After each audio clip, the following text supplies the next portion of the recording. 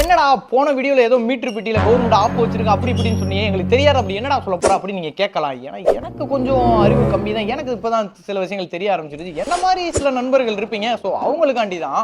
அதாவது 1000 வாட் சேர்ந்தது தான் 1 கிலோ வாட். அந்த 1 கிலோ வாட் தான் 1 யூனிட்டு. இப்போ இதில் என்ன இருக்குன்னா, இப்போ ஒரு 100 வாட் பல்ப் எடுத்துக்கோங்களேன். அந்த 100 வாட் 10 மணி நேரம் ஓடிச்சுன்னு வச்சுக்கோங்களேன். எவ்வளோன்னு எனக்கும் தான் தெரியல, நான் கால்குலேட் பண்ணுறேன். 1000 கிலோ வாட், ஓகேங்களா? இந்த மாதிரி ஒரு 5 இது 5000 இது ஓடிச்சுன்னு வச்சுக்கோங்களேன். 5 யூனிட் ஒரு நாளைக்கு 5 யூனிட் ஓடிச்சுன்னா அப்போ அப்படி இப்படின்னு கால்குலேட் பண்ணோம்னா மாதம் 25 யூனிட், ஓகேங்களா? இப்போ இந்த 25 யூனிட் இருக்குது பார்த்தீங்களா?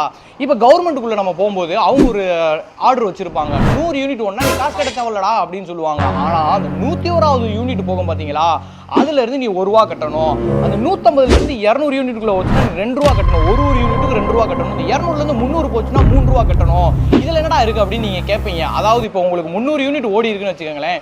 இப்போ 150 யூனிட்லேருந்து ஒரு யூனிட்டாக போகும் பார்த்தீங்களா? அப்போ என்ன ஆகும்னா 100 யூனிட்டுக்கு காசு கிடையாது. ஆனால் அந்த 150 யூனிட்டில் ஒரு யூனிட்டுக்கு 1 ரூபா. அப்போ 150 யூனிட்னா 50 ரூபா போச்சா?